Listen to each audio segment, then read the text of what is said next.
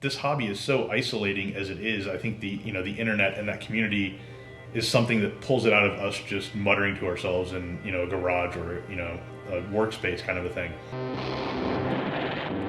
Growing up, I was interested in anything mechanical, so cars, planes, etc. I remember for one grade school project, we had to build a diorama of something, and my dad helped me build a snap-tight Mustang. And from there, it's kind of like this fuzzy period where I don't really know what I was doing. And all of a sudden, I remember I was like slapping together, various really crappy model kits. So it would be some 1/72 F-15 in the mid '80s, and I would just get out a brush and do this all over it. I think it was awesome, and then I'd fly it around and break it. I don't know, 11, 12, I got an airbrush and actually kind of learned how to do things. I still didn't understand things like thinning paint, so I would just like dump Model Master into the airbrush and then get mad when it clogged. When our second child was born, I was thinking of, okay, I need something to do that so I don't go stir crazy. Something I can do at home, something I can, kind of relax doing. I want to work with my hands, and I want to be able to put it down if I need to go inside to deal with, vomit or whatever else happens. And I was thinking, okay, maybe I'll get like an old car and restore it, because I have a background in like off-roading and things like that too, so I know my way around cars. And it was like, that sounds really nice. And my wife suggested, what about modeling? Like, you did that when you were a kid. It seems a little bit more contained than a giant project vehicle in the garage. And she probably really regrets saying that now. Because I gave it a shot. My parents still had a bunch of my old tools, and so that stuff kind of got sent out here and just started screwing around with it and got hooked. In my professional life, I'm marketing/creative, and at the time I was working as essentially a content strategist at a marketing agency, and it was 2010, early 2011, and the economy was not doing all that great. A lot of our clients were not spending a lot of money, and fortunately, the company was doing, well enough. They weren't like letting all kinds of people go. They'd already done that earlier. And they wanted to keep the creative team intact. So they set us on all these various little small projects. And kind of as my own thing outside of that, decided, well, I'm going to start a blog, and I'm going to try a lot of these content strategy principles that we never get to practice with clients because they're too afraid to give them a shot. Can I build an audience over time just by writing about a focused topic and structuring different things different ways and trying different approaches?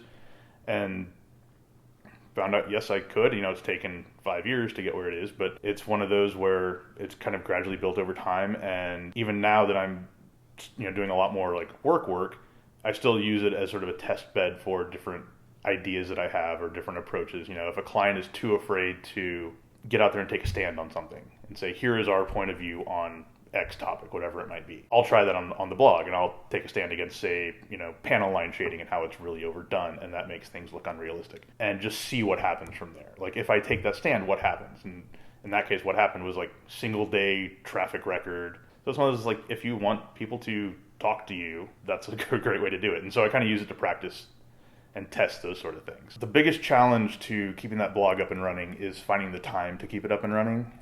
Between work, anywhere between 40 and 70 hours a week, depending on what's going on, and 3 kids, and actually having bench time and getting things built and painted.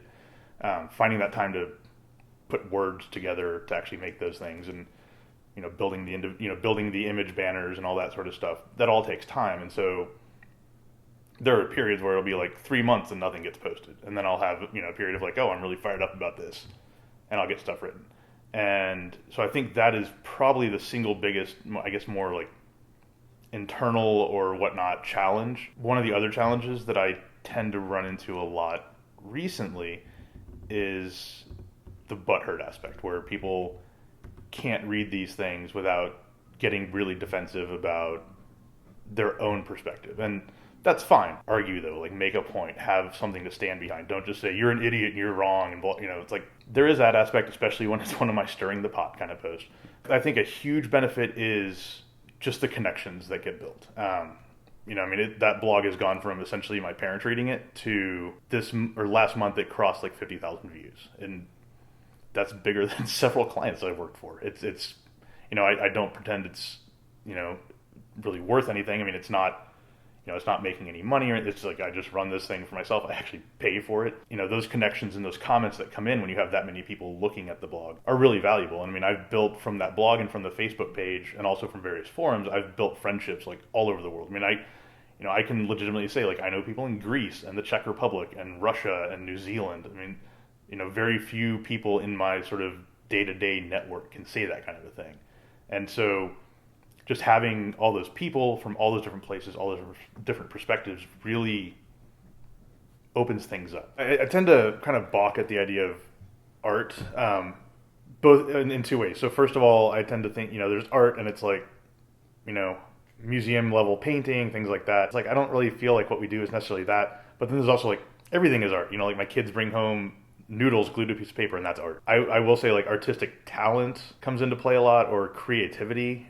It's tough for me though, because when I get to the painting stage especially, I'm trying to get to something approaching realism. But I think there is a lot of creativity involved in how to apply the paint, or apply various washes or things like that in a way that approximates what the real thing looks like. Because if you just grab say for a Spitfire, you just grab the gray and green out of out of your paint drawer and spray them on, it's not going to look anything like a real Spitfire. There's a lot more involved in how it gets applied, what it goes on top of, what goes on top of it, that really make that happen. And to me, that's where the creative aspect really comes in. I hate scratch building with a passion.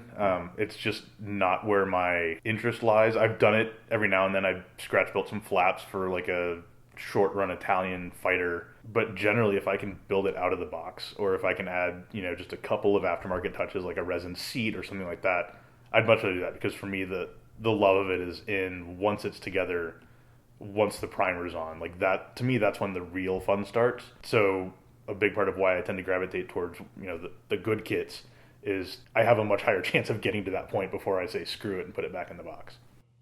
Working as a creative professionally, one thing I have learned to crave, especially over time, is feedback. Like, if I'm writing something that sucks, tell me. If I'm off tone, tell me. If this doesn't fit with the way you want your brand to go, tell me. Because it's a lot better to tell me that, and then we can work through it, and I can kind of try and find some middle ground or figure out what you're thinking. And so from a work perspective, that sort of feedback is critical. I mean, if I'm going to put time and energy into this, I want it to come out good, and I want the next one to come out better. And I know for some modelers, that's not what they're doing this for, but I kind of don't get that, well, I'm going to devote a lot of time and interest into this. I'm going to post on forums and on Facebook groups, and then I'm just going to go back and, to my workbench and just slather something with paint and call it a day. Like, I don't get that. For me, it's a, there's this aspect of constantly questioning. There's a quote that I think Elon Musk has, where it's like, you should always be asking why, because that's the question that leads you to discover, where you could be doing things better and improving, etc. And that's kind of what I do. It's like, why am I using this technique? Why am I building this thing? Why am I attaching the landing gear at this point versus this point? Why am I doing it? What's a better way? And I can do that on my own in isolation to an extent. But, anybody who's ever built a model knows at some point you've stared at it so long, you've seen all the flaws you're going to see. Somebody else might see something else, or somebody else might have built that exact kit, and they can then come in and say, okay, well, I've tried this before and it worked really well. Or, here's where you're going off track with that technique, or things like that.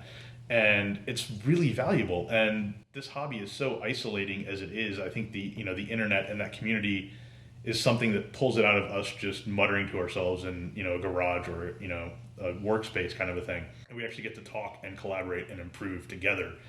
And if it's just attaboys, and if it's just, great job on that really crappy kit that I'm not going to tell you anything about because I don't want to hurt your feelings, it's like, that doesn't do anybody any good. It's just, it's literally a waste of data flying around the internet. The affirmation is nice. It's, it's always fun to be told that your work is good and that people like it. But when that's all it is, and when there's no honest feedback, you really start to question, like, is it good? Or are they just saying that? Leveling that. I want to, whenever I'm offering a critique on somebody's kit, I will find things that I like about it. I think it's really valuable, and I think the people who understand that are the ones who honestly progress a lot more in this hobby and get better and start winning more awards, and start, if they're so inclined, start being published in magazines, things like that. It's that drive to do something better. If you're going to spend hours and hours and hours putting together a thread where you're talking about your work in progress, and you don't want people offering ways you could maybe do it better or do it differently or approach it from another angle the next time, why are you posting it? That kind of a thing. That's where improvement from a community aspect really, really matters. Get out of your comfort zone.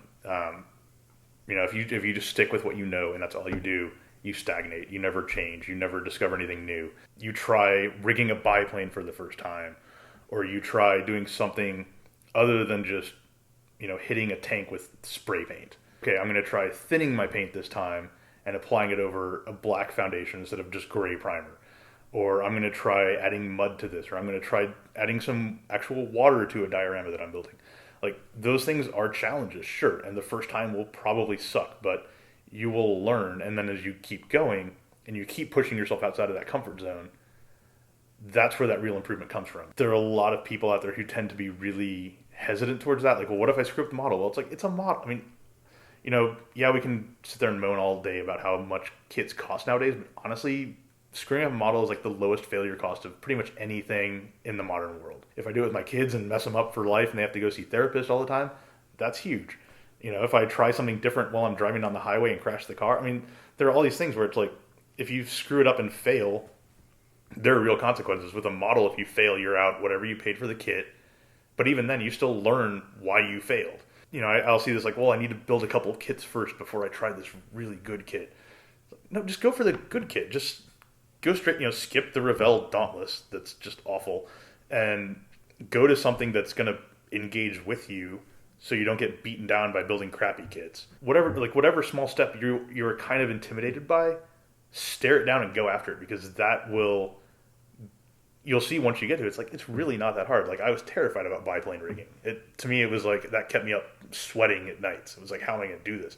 And I did it, and it was like, it was tedious, but it's totally doable. It's like, once you get that process down, you learn going through that, and then it's like, okay, well, now I'm not afraid to do another one with more intense rigging, etc.